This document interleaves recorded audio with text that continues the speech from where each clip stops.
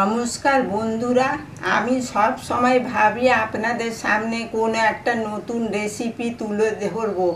তো আমি দেখুন আজকে এগ চিলি করে দেখাবো। এখানে ডিম নিয়ে নিয়েছি, আর ক্যাপসিকাম নিয়ে নিয়েছি একটা, 3টে গাজর, আর পেঁয়াজ নিয়ে নিয়েছি 2টো, আর আদা নিয়ে নিয়েছি 3টে মাঝারি সাইজের।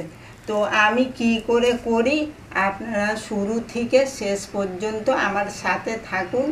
আমি যাচ্ছি সব ভালো করে ধুয়ে কেটে নেব। এগ চিলি বানাবার জন্য দেখুন আমি টমেটো সস আর কর্নফ্লাওয়ার দিয়ে মেখে রেখে দিয়েছিলাম ডিমটাকে। এবার আমি দেখুন এখানে সাদা তেলে ভেজে নিচ্ছি, তেলটা গরম হয়ে গেছে। এবার ডিমগুলোকে এক এক করে আমি ভেজে তুলে নিচ্ছি আগে। দেখুন আমার ডিমটা ভাজা হয়ে গেছে, আমি হালকা ভেজে তুলে নিচ্ছি। এই দেখুন, এই যে হালকা ভেজেছি। দেখুন তরকারিগুলো সব আমি কেটে নিয়েছি, গাজরটা কেটে আমি একটু ভাপিয়ে নিয়েছি। এই দেখুন পেঁয়াজ, এরকম করে পেঁয়াজটা কেটে নিয়েছি। এরকম করে ক্যাপসিকাম কেটে নিয়েছি। আদা এই যে পাতলা পাতলা সরু সরু করে, আর এখানে কটা কাঁচা লঙ্কা কেটে নিয়েছি, আর একটু রসুন আমি পেস্ট করে নিয়েছি, আর 2টো তেজপাতা আমি ফোড়নে দিলাম।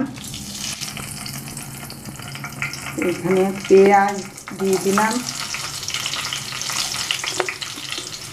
লঙ্কা, আমি এই সমস্ত তরকারিগুলো দিয়ে দিচ্ছি। আর গাজরটা একটু পরে দেবো, কেন কি গাজরটা তো আমি ভাপিয়ে নিয়েছি, এই জন্য পরে দেব।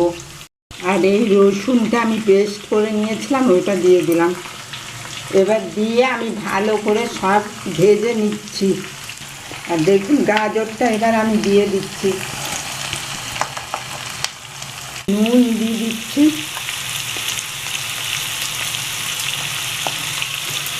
একটু জিরের গুঁড়ো,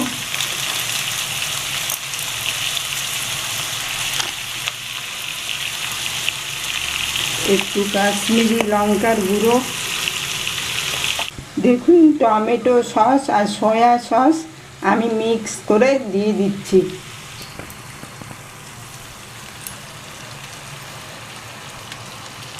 দিয়ে এবার নাড়িয়ে নিচ্ছি ভালো করে।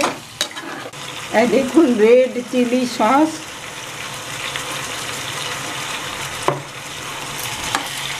আর একটু আমি কর্নফ্লাওয়ার গুলিয়ে রেখেছিলাম, এইটা দিয়ে দিচ্ছি।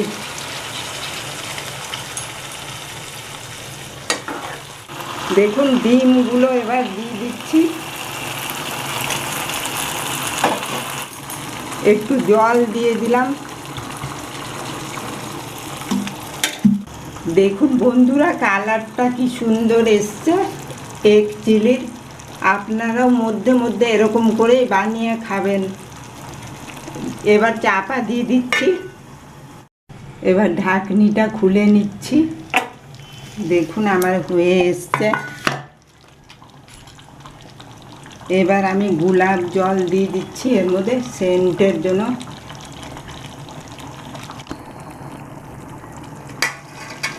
একটু গরম মশলা, নামাবার আগে আমি একটু বাটার দিয়ে দিলাম। দেখুন বন্ধুরা আমার এগ চিলি রেসিপিটা তৈরি হয়ে গেছে। আমার এই রেসিপিটা যদি আপনাদের পছন্দ হয়ে থাকে লাইক করবেন, শেয়ার করবেন, কমেন্ট করবেন, আর প্লিজ নতুন নতুন আরও রেসিপি পাওয়ার জন্য আমার এই চ্যানেলটাকে সাবস্ক্রাইব করবেন।